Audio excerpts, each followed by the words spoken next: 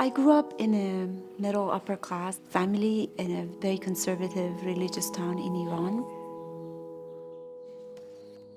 And yet my father and my mother were not religious. So we lived a double life in a way. I always felt very conflicted between these two worlds. I remember we had a beautiful garden, and one day we were all sitting in the afternoon having tea, and I heard the Quranic chants. And I started to burst into tears. I don't know if it was that I enjoyed so much the Quranic chanting, or was it that I felt so anxious and worried that we are not praying every day like everyone else. These emotions that built inside of me when I was young led to the kind of art that I make.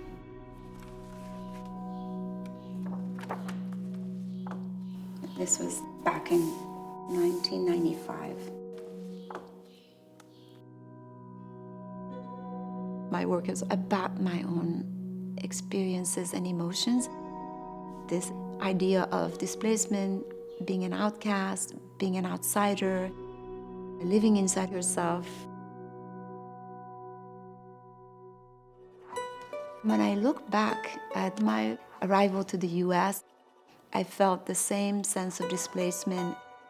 I came in the late 70s. At the age of 17, the revolution happened a few years later, so that basically changed everything. I was pretty much disconnected from the rest of my family for a long time to come. It was the most challenging years of feeling isolated and displaced and not quite relating to the American culture. In 1990, I took my young son and finally returned. I got to see my family after 11 years. I found this obsession of reconnecting and not wanting to let go. Making art was a way of maintaining a connection with my country. I started with photography. I made these very provocative images of the woman of Allah.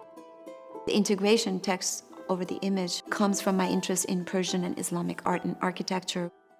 The subjects are very contemporary about the revolution, but the style and the technique goes back to something very ancient and classical.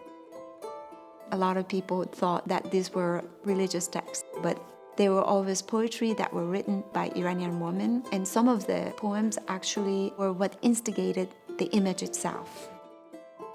I came to understand how much my family had suffered. Iran underwent a major transformation since the revolution into a very strict religious country. All the women with the black veil, including my own family, even though the women seem very silent and passive on the surface, there's so much they want to say, and that is expressed through calligraphy. I do enjoy using my hands in writing calligraphy and the labor that it takes. But at the same time, I like to be a storyteller. I can't believe this is 20 years ago. This is the part in Turkey. These are the crew, camera person. Actually, to be there, it was really powerful. It was very beautiful. I always had a love affair with the moving picture. At the very first small exhibition I had, I even experimented with Super 8 and video. And the videos became like short poems, and the movies became a story. My earlier videos are composite double-channel projections. The audience is literally inside of the artwork in conflict between two separate projections. They become like the editors of the film. Soliloquy stemmed from my own experience as an Iranian in the US, and it's the only video that I've been in. The main role was an Iranian woman that was deeply conflicted between the two realms.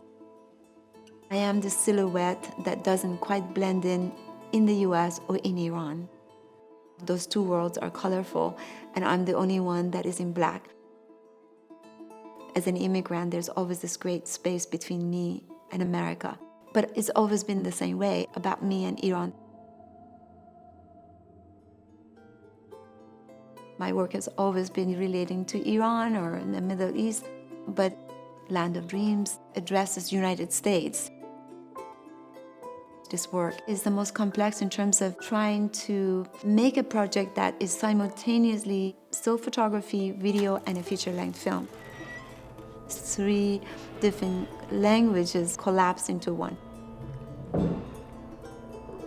The story evolves around this very surreal Iranian colony reviewing American photographs and their dreams. A female Iranian protagonist, my alter ego, goes every day to different households and disguises herself as an art student. I'm so sorry to bother you. I'm an art student and I have an assignment to photograph people in their homes. But once she's inside, she asks them to share their latest dream. Do you mind telling me your last dream?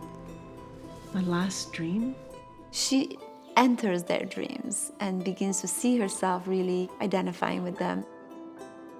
The themes of our dreams are very universal. Dreams are where our fears live. I realize she's collecting people's fears because she's so fearful herself. I have several scenes of the main protagonist driving in America, but listening to Persian music. And that defines my experience in this country. How many times I have gone through the same thing, feeling so sad, the way I felt in that garden when I was young.